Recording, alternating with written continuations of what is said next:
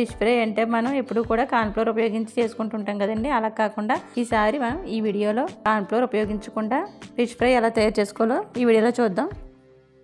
ఇప్పుడు fish fry తయారు చేసుకోవడం కోసం ముందుగా మనం చేపలను శుభ్రంగా క్లీన్ చేసుకుని ఇలా ఘాట్లు పెట్టుకోవాలండి. ఇలా మనం రెండు వైపులా ఘాట్లు పెట్టుకోవడం వల్ల మనకి ఈ చేప లోపలికి మసాలా మొత్తం వెళ్ళి బాగా టేస్టీగా వస్తాయి.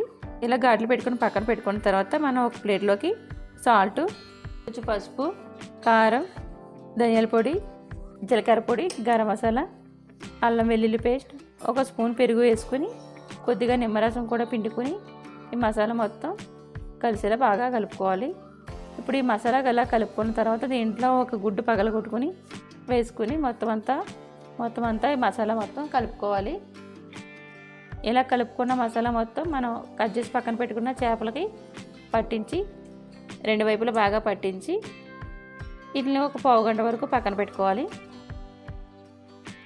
ఇప్పుడు ఒక ప్లేట్లోకి రవ్వ తీసుకోవాలండి. ఇది ఉప్మా రవ్వ, దీన్నే సూజీ అని కూడా అంటారు.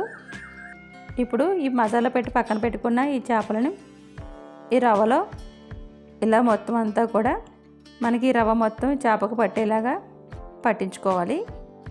ఇప్పుడు మొత్తం అన్ని చేపలకి మనం ఇలా రవ్వ పట్టించుకున్న తర్వాత వీటిని ప్లేట్లోకి తీసుకోవాలి. ఇప్పుడు మనం స్టవ్ వెలిగించుకొని డీప్ ఫ్రైకి ఆయిల్ పెట్టుకోవాలి. ఇప్పుడు మనకి ఆయిల్ బాగా వేడైన తర్వాత ఒక్కొక్క చేపను తీసుకొని మనం డీప్ ఫ్రై చేసుకోవాలండి.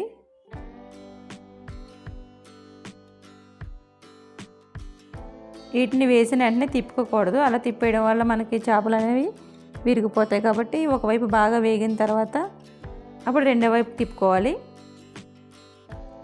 ఇవి ఫ్రై చేసుకునేటప్పుడు వేమ్ కూడా సిమ్లో పెట్టుకుని చేసుకోవాలి. ఇప్పుడు ఇవి మనకు ఒకవైపు బాగా వేగినాయి. ఇప్పుడు మనం రెండో వైపు తిప్పుకోవాలి. ఇప్పుడు మనకి చేపలు రెండు వైపులా బాగా క్రంచీగా వేగిన తర్వాత వీటిని మనం సర్వింగ్ బౌల్లోకి తీసేసుకోవాలి. అంతేనండి, మన సూజీ ఫిష్ ఫ్రై రెడీ అయిపోయింది.